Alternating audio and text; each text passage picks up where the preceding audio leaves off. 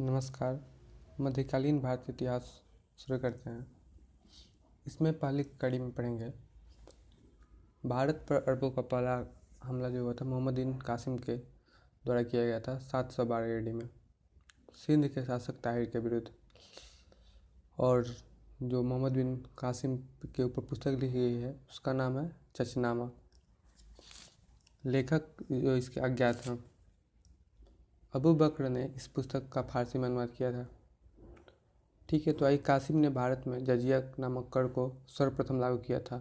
यह गैर मुस्लिम से लिया जाने वाला सुरक्षा शुल्क था। तो आइए जजिया के बारे में थोड़ा सा जानकारी लेते हैं। प्रथम शासक जिसने जजिया को ब्राह्मण पर लगाया था उसका नाम था फिरोज तुगलक। उसके बाद अकबर ने जजिया को पूर्ण रूप से समाप्त किया था।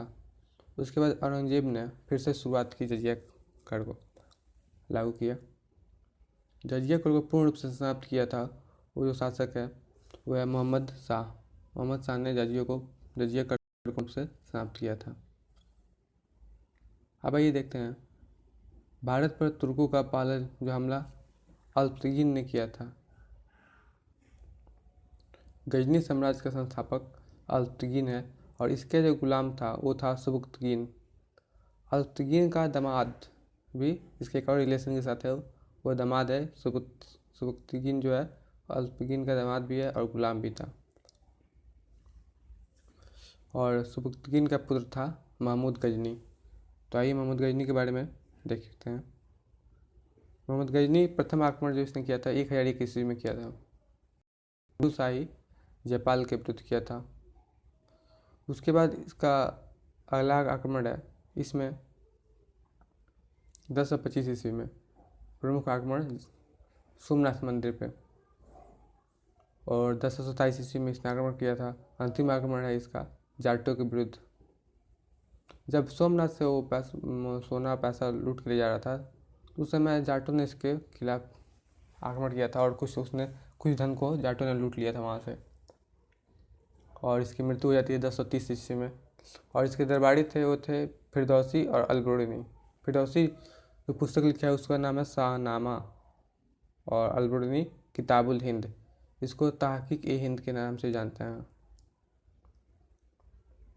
यहाँ देखिए फिरदौसी जो है याद कैसे करेंगे इस पुस्तक को कि इसने ये लिखा था। इसमें जाता है कि फिरदौसी शाहनामा लिखा कि किताबुल हिंद लिखा, बाद में इसमें कन्फ्यूज हो जाता है। तो आइए देखिए यहाँ फिरदौसी जो स से इसका ख़त्म हो रहा है, तो इसने जो पुस्तक लिख रहा है वो शुरू हो रहा है स से, शाहनामा। फिरदौसी सी से ख़त्म हो रहा है तो शाहनामा शुरू हो रहा है। ठीक है, जिससे आपको इसमें आसानी होगी याद करने में। इसके बाद आ रहा है मुहम्मद गौरी। इसका प्रथम आक्रमण हो रहा है 1150 मुल्तान में। मुल्तान को स्वर्ण का शहर कहा जाता है। उसके बाद से 1178 में इसने पराजित किया था भीम सेकंड को। भीम सेकंड गुजरात का शासक था जो पाटन में। उसके बाद से शुरू होता है तराइन का युद्ध। तराइन का प्रथम युद्ध 1191 में गौरी और पृथ्वीराज चौहान के बीच, जिसमें पृथ्वीराज चौहान के विजयी होते हैं और गौरी जो हार जाता है। फिर दूसरा जो युद्ध हो रहा है तराइन का दूसरा युद्ध 1192 में, इसमें गौरी विजयी होता है और पृथ्वीराज चौहान की हार होती है। उसके बाद से युद्ध होता है चंदावर का युद्ध 1194 में गौरी और जयचंद्र के बीच। जयचंद्र जो था वो कन्नौज के शासक थे। ये जो जयचंद्र, इसमें गौरी विजयी होता है और जयचंद्र की हार होती है। और 1206 ईस्वी में खोखरों की क्रांति में इसकी मृत्यु हो जाती है मोहम्मद गौरी की। ठीक है, इसके बाद इसकी मृत्यु के बाद से इसके तीन गुलाम थे, याल्दोज, कुबाचा ऐबक। उसके बाद से तो ऐबक जो है दिल्ली पे शासन करता है, कुबाचा सिंध और मुल्तान पे करता है और याल्दोज गजनी पे। गजनी यानी कि जहाँ पे मोहम्मद गौरी जहाँ पे मरा था उस समय वो गजनी का साम्राज्य देखता था। तो याल्दोज वहाँ शासन किया। दिल्ली पे ऐबक ने शासन किया था। यहाँ से शुरू होता है दिल्ली सल्तनत। तो आइए देखते हैं दिल्ली सल्तनत में वंशों का प्रकार किस प्रकार है। ये देखिए गुलाम वंश है जो 1206 से लेकर 1290 ईस्वी तक चलता है। कुल देखे तो 84 वर्ष। गुलाम वंश का संस्थापक जो था यही था कुतुबुद्दीन ऐबक। उसके बाद से खिलजी वंश 1290 से लेकर 1320 तक, इसने 30 वर्ष तक शासन किया। उसके बाद आ रहा है तुगलक वंश, ये 1320 से लेकर 1414 तक, इसने 94 वर्ष 94 ईयर्स इसने शासन करता है। चौथा जो वंश है वो है सैयद वंश, जो 1414 से लेकर 1451 तक शासन कर रहा है, 37 वर्ष। उसके बाद है लोदी वंश, इसने 1451 से लेकर 1526 तक 75 वर्ष तक शासन किया इसमें। और यह प्रथम अफगान वंश था, लोदी वंश जो था प्रथम अफगान वंश।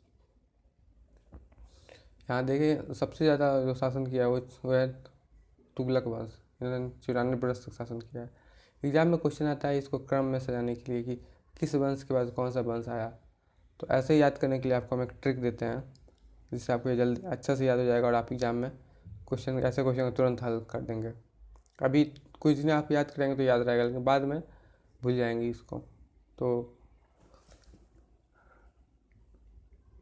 देखते हैं, याद करना हम लोग को कि तलवार स्टूडेंट ऑफ लॉ, ठीक है, एसके तलवार स्टूडेंट ऑफ लॉ, इसे याद रहेगा तो हम इसको क्रम में हमेशा कर लेंगे। तो देखते हैं इसका मतलब क्या है। एस से हो जाएगा स्लैब वंश यानी गुलाम वंश, के से खिलजी वंश, टी से तलवार जो है टी जो है इससे होगा तुगलक वंश, स्टूडेंट है इससे होगा सैयद वंश, और ऑफ लॉ एल से होगा लोदी वंश, ठीक है।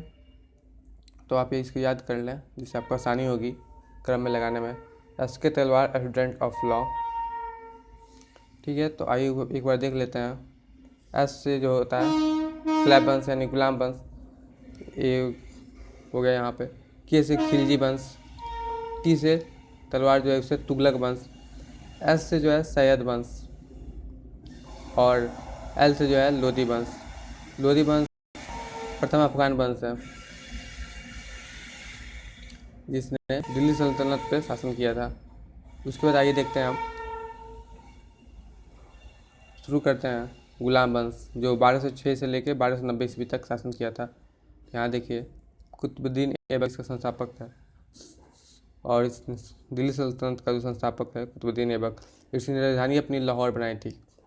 टाइटल है इसका लाख बख्श, यानी कि लाखों को दान दिया करते थे। जो वो कुतुबुद्दीन ऐबक था वो लाखों को दान दिया करता था, इस पर इसका टाइटल था लाख बख्श। मृत्यु इसकी कैसे हुई? चौगान खेलते हुए, पोलो जो होता है खेलते हुए खेलते समय घोड़े से इसकी मौत हो गई 1210 में, यानी कि इसने 4 वर्ष तक शासन किया था। मकबरा इसका जो टॉम था वो लाहौर में है। और इसने क्या क्या निर्माण कराया था? पहला जो इसमें निर्माण कराया था वो है कुव्वत उल इस्लाम, महरौली में है, दिल्ली में सबसे पुराना मस्जिद था जिसने इसने निर्माण कराया था। और उसके बाद से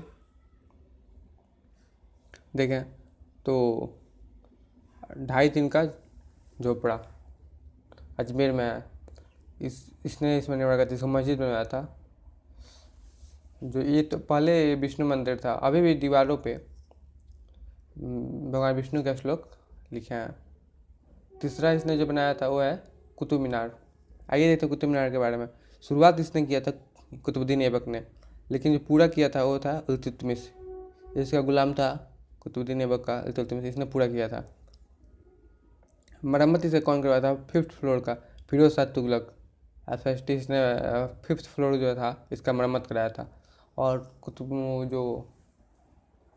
मीनार है उसके बगल में एक आप देखेंगे एक दरवाज़ा है, उसको अलाई दरवाज़ा कहते हैं, उसका निर्माण करवाया था अलाउद्दीन खिलजी ने, ठीक है। तो अब देखें ये इल्तुतमिश। इसके बाद से आराम से आ रहा है शासक जो अयोग्य शासक था, कुछ दिन के बाद से इसने इल्तुतमिश ने उसकी हत्या करके अपने गद्दी पे आसीन हो जाता है। तो इल्तुतमिश के बारे में पढ़ेंगे। ये जो था कुतुबुद्दीन ऐबक का गुलाम था, इसने 1210 से लेकर 1236 तक यानी कुल 26 वर्ष तक इसने शासन किया। तो इसका वास्तविक संस्थापक इसका माना जाता है दिल्ली सल्तनत का इल्तुतमिश को। प्रथम संप्रभु शासक था इसने। भारत पर प्रथम मंगोलों का जो आक्रमण हुआ था चंगेज खां के द्वारा, इसी के शासनकाल में हुआ था। इसने एकता पद्धति की शुरुआत की थी। शुरुआत उसने जो की ये एकता पद्धति। और इसके बारे में जाना जाता है कि सिक्का जो इन्होंने चलाया था जीतल तांबा का, मध्यकालीन भारत में पहली बार प्रयोग किया गया था। और इसने जो सिक्का चलाया था एक सिक्का का नाम जीतल था और दूसरा का था टंका। टंका जो था चांदी का था, जीतल तांबा का। तुर्कों की इल्बड़ी जाति से संबंध रखता था। ये जो इल्तुतमिश है तुर्कों के इल्बड़ी जाति से संबंध रखता था। इसने चालीसा दल की स्थापना की थी। ठीक है, चालीसा दल की स्थापना की थी। इसके बाद से इसका पुत्र जो है वो शासन में आता है, वो भी अयोग्य रहता है। उसका नाम था रुकनुद्दीन फिरोज, जो अयोग्य शासक था। इसके बाद से इसकी पुत्री इल्तुतमिश की पुत्री जो थी रजिया बेगम, इस शासन में आती है। इन्होंने 4 वर्ष तक शासन किया, 1236 से लेकर 1240 तक। इनके बारे में जानते हैं, दिल्ली सल्तनत की पहली एवं अंतिम शासिका थी। दिल्ली सल्तनत की पहली एवं अंतिम महिला शासिका थी रजिया बेगम। अल्तुनिया ने इसे पराजित किया था। इन्होंने रजिया बेगम अल्तुनिया से विवाह की थी। उसके बाद से जो रजिया बेगम है इसने याकूत बनाया था, यानी कि अमीर ए आखुर, घोड़ों का सरदार। 1240 ईस्वी में कैथल तुर्कमान गेट में अल्तुनिया और रजिया की हत्या हो जाती है। इसके बाद से बहुत से अयोग्य शासक आते हैं और जाते हैं। उसमें एक शासक है, पहले जो आया था कुतुबुद्दीन ऐबक के बाद आपको जो मैंने बताया था वो था आराम शाह ने। अब जो आ रहा है रजिया के बाद वो है बहराम शाह। उसके बाद से इसकी भी हत्या हो जाती है। और इल्तुतमिश का एक और पुत्र जो है उसका नाम है नसरुद्दीन महमूद, वो शासन में आता है। ठीक है, और उसके बारे में कहा जाता है कि उसने अपना जीवन निर्वाह जो किया करता था वो टोपी सी के करता था, यानी कि टोपी सीने से जो उसको पैसा मिलता था उससे वो अपना जीवन निर्वाह करता था। इससे एग्जाम में क्वेश्चन इससे आते हैं। और बता दें आपको कि इसके बाद बलवन आ रहा है। बलवन, गयासुद्दीन बलवन, इसने अपने पुत्री का विवाह किया था इससे, नसरुद्दीन महमूद से। ठीक है, नसरुद्दीन महमूद, कहा जाता है कि गयासुद्दीन बलवन ने नसरुद्दीन महमूद को जहर दे दिया था जिससे इसकी मृत्यु हो गई थी। इसके बाद देखें गयासुद्दीन बलवन आ रहा है। इसने 1265 से लेकर 1278 तक शासन करता है। उपाधि से गया था उलूम खां। इसने चालीसा दल का अंत किया था। चालीसा दल जो इल्तुतमिश द्वारा बनाया गया था उसका इसने अंत किया था। इसने स्वयं को निमावत एक खुदाई कहा, मैसेंजर ऑफ गॉड, यानी कि का दूत। इसने रक्त एवं लौ नीति अपनाई।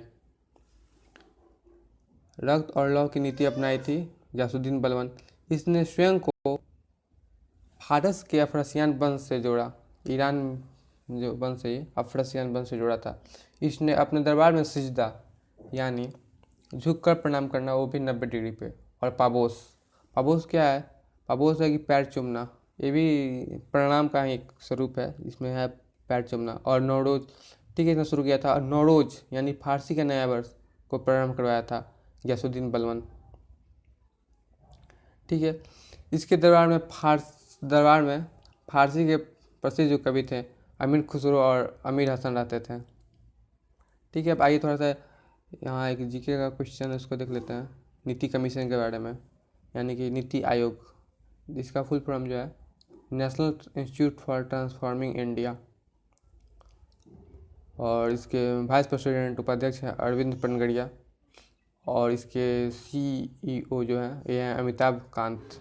ठीक है, और आपको बता दें कि नीति आयोग जो होता है इसका अध्यक्ष जो होते हैं वो भारत के प्रधानमंत्री होते हैं, यानी कि अभी जो नरेंद्र मोदी हैं। तो आधुनिक मध्यकालीन भारत की पहली कड़ी में इतना ही। आप मेरे अगली वीडियो में दूसरी कड़ी में देख सकते हैं। इसके लिए आप मेरे चैनल को सब्सक्राइब करें नया अपडेट्स के लिए। धन्यवाद।